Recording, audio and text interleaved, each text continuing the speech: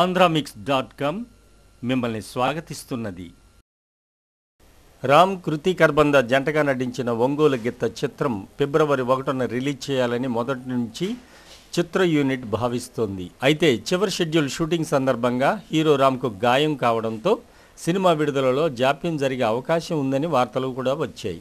సినిమాలో ఇంకా patch work మిగిలి ఉన్నందువల్ల రామ్ కోలుకునే వరకు సినిమా విడుదల ఉండదని అందరూ భావించారు. కానీ చిత్రం విడుదలలో ఏమాత్రం లేటు లేదని అనుకున్న టైంకి విడుదల చేస్తామని చిత్ర నిర్మాత అన్నారు. గుంటూరు మిర్చి యార్డు నేపథ్యంలో జరిగే కథాంశంతో తెరకెక్కుతున్న ఈ మాస్ ఎంటర్టైనర్ బొమ్మరిల్లు భాస్కర్ దర్శకత్వం వహిస్తున్నారు.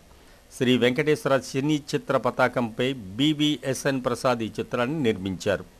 రామ్ కెరీర్లోనే ఈ చిత్రం బిగ్గెస్ట్ హిట్గా నిలుస్తుందని చిత్ర యూనిట్ వారు ఆశాభావం వ్యక్తం చేస్తున్నారు. కాగా ఒంగోలు గిత్త రిలీజ్ రోజే మణిరత్నం కడలి కూడా రిలీజ్ కాబోతోంది. మరి కడలి ఎఫెక్ట్ ఒంగోలు గిత్తపై ఏమన్నా ఉంటుందా?